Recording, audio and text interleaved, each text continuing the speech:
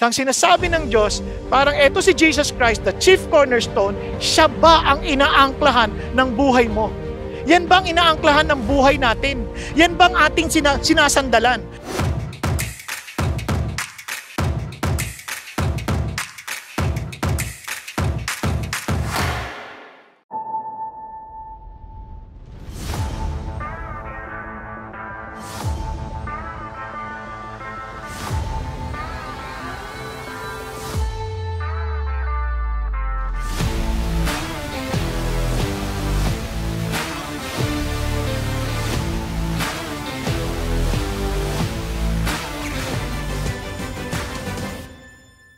Pinagpalang araw po para sa ating lahat at purihin tunay ang Panginoong Diyos sapagkat napakabuti niya sa atin na binibigyan niya tayo ng pagkakataon palaging sumamba sa Kanya, umawit sa Kanya at talagang papurihan siya sa lahat ng sandali. Ito ang ating pong pag-uusapan para sa araw na ito. Ating pong tingnan ang talinhagang ating pag-uusapan. Pakinggan ninyo ang isa pang talinghaga, sabi ni Jesus. May isang taong nagtanim ng ubas sa kanyang bukid. Binakuran niya ang ubasan, nilagyan ng pisaan at nagtayo ng isang tore. Pagkatapos, ang ubasan ay kanyang pinaupahan sa mga magsasaka at siya ay nagpunta sa ibang lupain.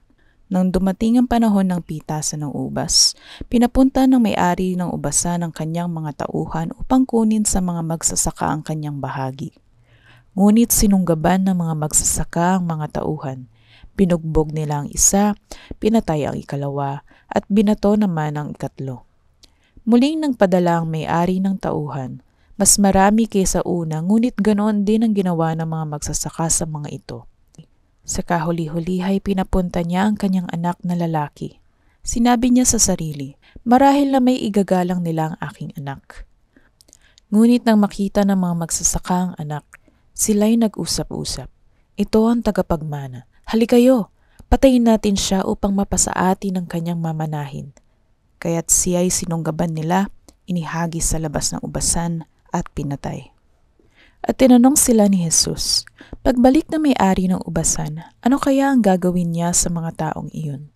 Sumagot sila, papatayin niya sa kakilakilabot na paraan ng masasamang iyon at pauupahan ng ubasan sa ibang magsasaka na magbibigay sa kanya ng kanyang bahagi sa panahon ng pamimitas. Ngayon narinig na natin itong talinhaga na to, atin naman tingnan at gaygayin at unawain anong ibig sabihin nito. Bago yan, ito ang ating tatalakayin ngayong araw na ito. Christ has come, receive Him.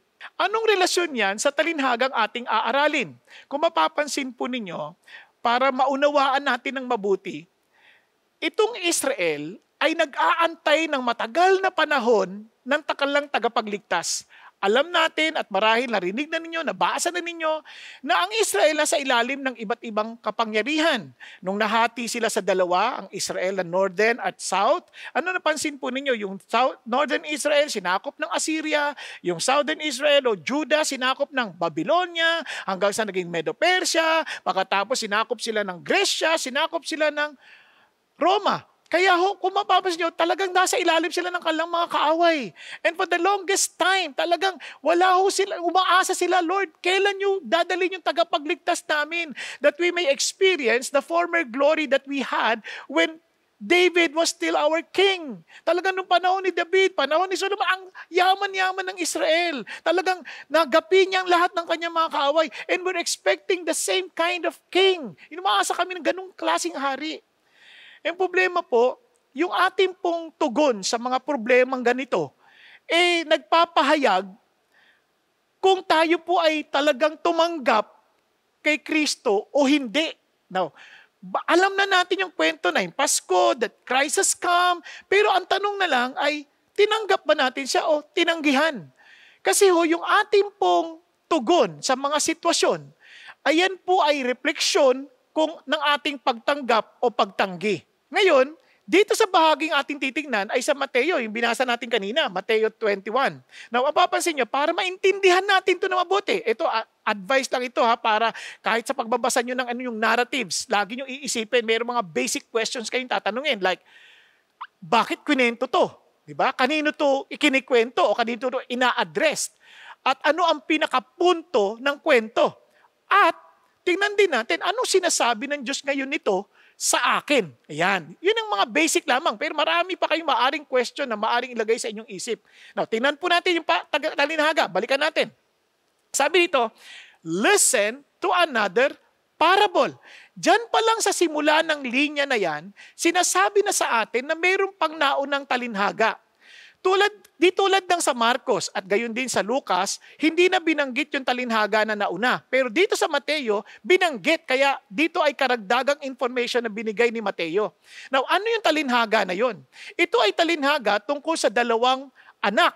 Now, itong dalawang anak na to ay pagsasalarawan na kung saan yung tatay inutusan yung anak, yung isang unang anak, sabi niya, magtrabaho ka doon sa aking ubasan.